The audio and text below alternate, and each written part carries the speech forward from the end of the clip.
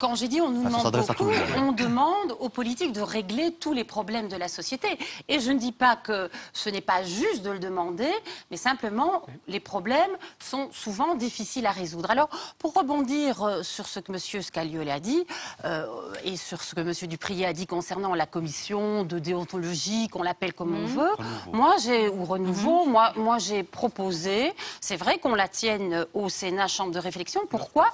Parce que ça ne sert à rien de prendre des règles dans son coin, des règles en Wallonie qui ne sont pas les mêmes à Bruxelles, qui ne sont pas les mêmes au fédéral, qui ne sont pas les mêmes en Flandre. C'est la complexité, effectivement, de notre État. Et moi, M. Scalioli, je suis d'accord avec vous. Les conflits d'intérêts, il faut les traquer là où ils sont. C'est quoi le conflit d'intérêts? C'est quand on doit prendre une décision dans l'intérêt général, mais que cette décision, elle est dictée par des considérations personnelles, professionnelles, financières, Par exemple, ça permettrait de réfléchir au cas de M. De Decker. Donc je dis qu'il faut mettre sur la table cette question des conflits d'intérêts, voir comment on les supprime. Mais je précise une chose, vous savez qu'il y a déjà pour les mandataires plus de 240 règles anti-cumul, anti-ceci, plus les règles du droit pénal qui s'appliquent, la prise d'intérêt, l'escroquerie, le faux, l'usage de faux, tout ce qu'on veut. Mais je dis que la morale et l'éthique sont affaires personnelles et que vous aurez beau prendre encore 350 autres règles, eh bien, si vous-même, vous n'avez pas cette distance, cette morale et cette éthique personnelle, eh bien, les règles ne serviront à rien. Vous êtes prêt à ne plus occuper Moi, je suis tous prêt les à niveaux discuter de tout. Personne et je suis prête même à dire qu'il y ait, par exemple, l'idée a été mise sur la table, pourquoi ne pas parler du tirage au sort, d'une représentation du peuple, mais pas le peuple instrumentalisé, pas le peuple avec un parti politique derrière qui tire les ficelles, comme on le voit trop souvent comme dans ça les se passe interpellations aujourd'hui, citoyennes. souvent, Le peuple qui a son mot à dire. Moi, je suis prête à en discuter. Vous avez dit, on demande beaucoup aux politiques. Personne n'a demandé à des ministres et même à un ministre-président de rester en même temps bourgmestre d'une commune, par exemple. Personne n'a demandé ça. Et je dirais, les citoyens et de la Wallonie et de la commune concernée sont grugés dans l'histoire. Ce n'est pas dans ce sens-là que je l'ai dit, et vous faites mine d'avoir... Donc ça, il faut interdire ce que j'ai dit, bien sûr qu'il faut interdire. Et c'est pour ça qu'il faut se dire, nous, chez les écologistes, on a des règles particulières. Parce que justement, nous considérons que nous ne sommes pas meilleurs par nature que quiconque.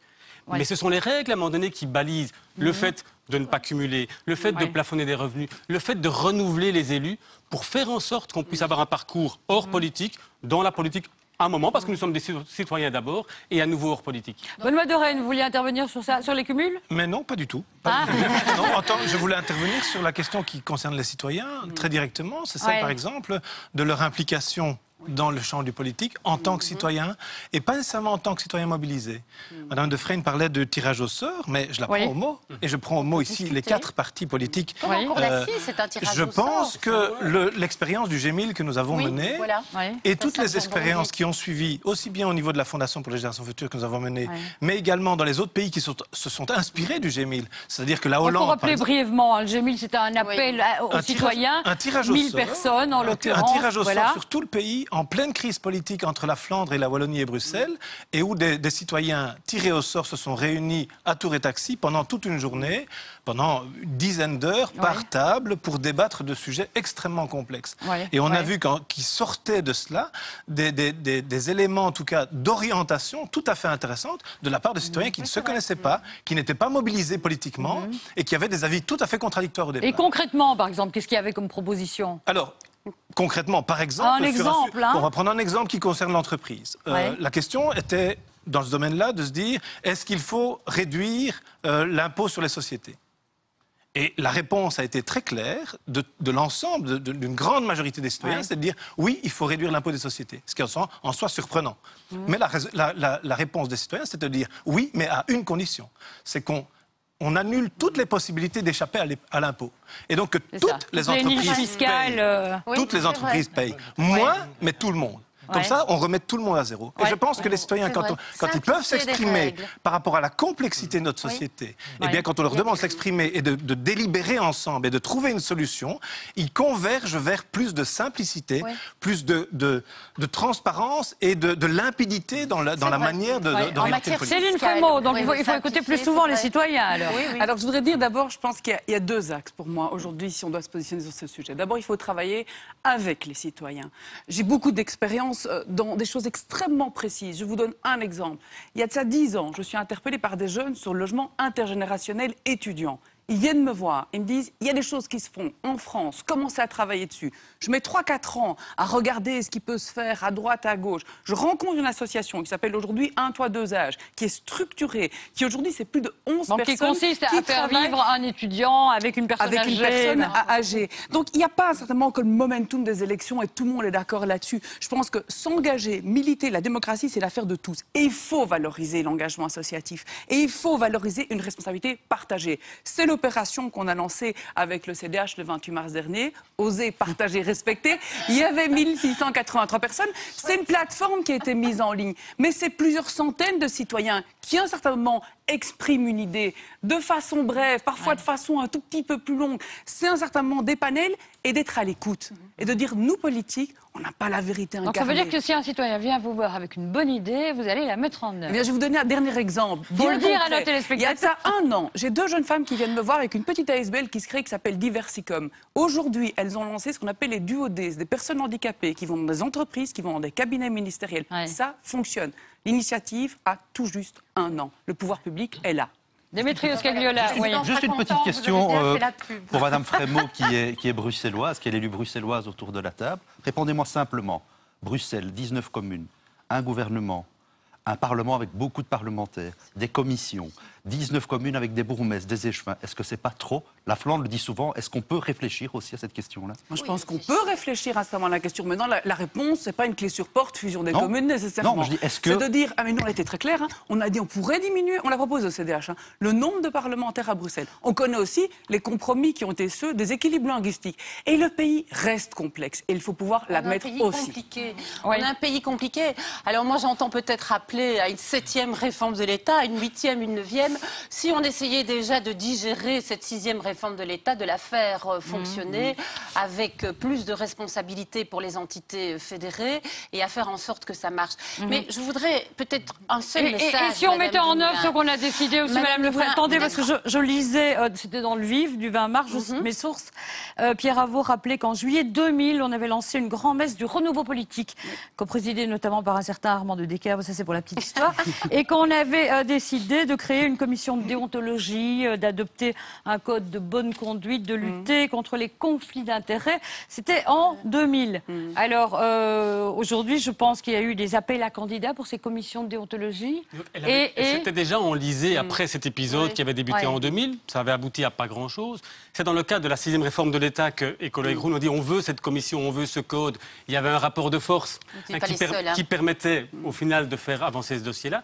Il y a un accord sur le fait qu'il faut créer cette commission et ce code. Et voilà, 5 appels à candidature et toujours pas de candidat. Donc, il y a un moment où il faut arrêter de tourner en rond et passer à l'acte. Ça ne veut pas dire que c'est la panacée, cette commission. Hein. Je pense qu'il vaut mieux quelques règles claires que de continuer à discuter longuement sur tous ces sujets. Comment vous expliquez qu'il n'y a pas de candidat ? Il n'y a pas de volonté politique. Ça veut dire qu'il n'y a visiblement pas une volonté forte de baliser ces questions de déontologie qui sont pourtant essentielles pour que ce soit clair pour tout le monde.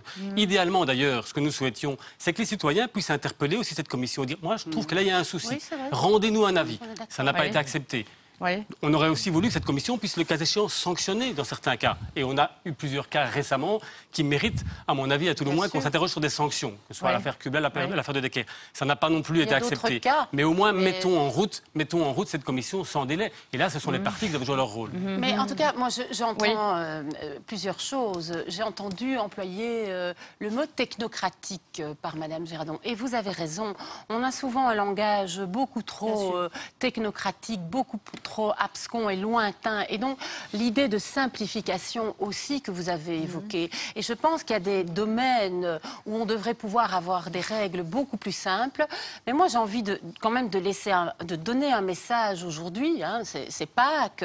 C'est de dire quand même que l'engagement politique, ça reste un engagement noble, ça reste un don de soi et qui implique quand même souvent... Votre voisine n'a même pas l'air d'accord. Mais si, moi je trouve que c'est un bel engagement. vraiment de faire de la... Sujet, non, mais je trouve que faire de la politique, et c'est terrible d'entendre ce qu'on entend. Ce n'est pas quelque chose qui fait évidemment plaisir, parce que quand on a consacré sa vie à faire de la politique, à être au service des citoyens, au service de l'État, c'est évidemment dur à entendre. Mais je crois qu'il faut restaurer le politique aussi, de remarque parce que quand un jeune entend ça... Allez, Déborah Géraldon, quand un jeune entend ça, je suis sacrifié. Non, je dis pas ça. Non, j'ai pas dit ça du tout. Je dis que ça un peu d'humilité. Mais je veux dire, on a une chance à valoriser l'engagement politique. Madame de Frêne, on a bien compris, Madame de Frêne, on a bien compris. Mais à un moment donné, il faut de l'humilité. Mais bien sûr. S'il vous plaît, 2 minutes, permettez-moi vraiment d'ajouter ceci. Mais clairement, on a cette chance de faire un boulot